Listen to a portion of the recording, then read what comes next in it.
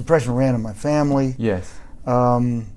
Particularly the Irish side, so it gets passed down in your DNA. Yeah. And it's just something that it's going to pick off certain people as it goes. And my father suffered with it very greatly. Some of it got passed on to me. Thankfully, my sisters seem to have been relatively untouched. You know. But I guess you're 32 years old when you described that was when it first really landed on me. Exactly. Yeah. You're in the car. You're driving west. Right. And I just this phrase, it just rang out at me: toxic confusion. Yeah. What does that mean? You hit a wall. You hit a wall where you simply don't know what to do with the next day, and you're very uncomfortable in your skin. You're very unsatisfied with where you are. You're completely at loose ends, and you don't know how to continue constructing your life. You don't know. You just don't know how to step any further. Some of it is a chemical imbalance, obviously, that can strike at any different time in your life. You don't know when it's going to hit you. You know, I've had it in my 30s, I've had it in my 60s. I've often not had it, for entire decades in between. So it's very unpredictable. But toxic confusion would be a good description of where you sit once it lands on you. And you have to slowly find your way out of that place. Yeah. Why did you want to tackle this issue in public now? When you write an autobiography, one of the agreements you make with your readers is you agree to share your mind, right, you know, and to show your mind. So this was a part of what I felt influenced some of my music and played a part in my song. And also you do have to open up your life to a certain degree, and it was a big part of my family life. Yeah. So I felt I had to discuss a little bit how that got passed down to me somewhat.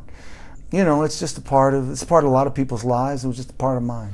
I mean, could you argue, therefore, it made you the artist you are?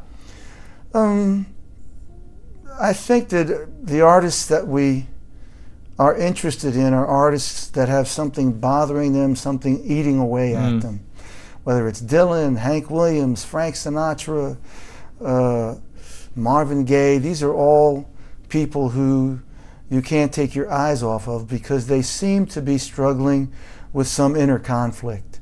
And that inner conflict, because all people feel their own inner conflict, it's fascinating to watch these people act out and attempt to come to terms with it in this incredibly public way on stage, you know.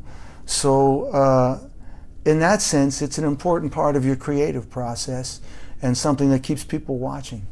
So you still have, to this day, that same inner conflict going on? Of course, yeah. Yeah. At different levels, at different times, but it never goes away. It doesn't go away in anyone's life, I don't think. It's just something you live with. Right. Mental illness, it's become a big issue over here, certainly, and particularly focused on young people. There's been a huge rise in it. What advice, having lived through this, having experienced it as you have, what advice would you give the young Bruce Springsteen, the teenage Bruce Springsteen, where these problems started to, I suppose, develop and emerge? I think initial problems in the 1950s and 1960s, where I grew up, was there was no help for these problems, you know, for the conditions.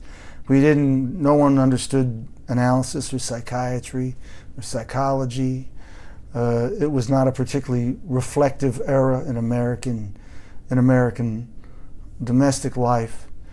So most of my relatives who suffered with it just suffered with it until they died, right, and received very, very, very little help. My father's conditions got very extreme, and so eventually in the 70s or 80s we did seek help, and he did receive some.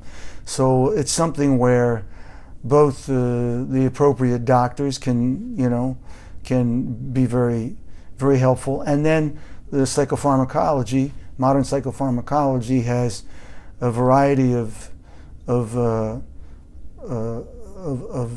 drugs now that can really assist in the chemical imbalance and can really bring you back out of yourself and return your life to you.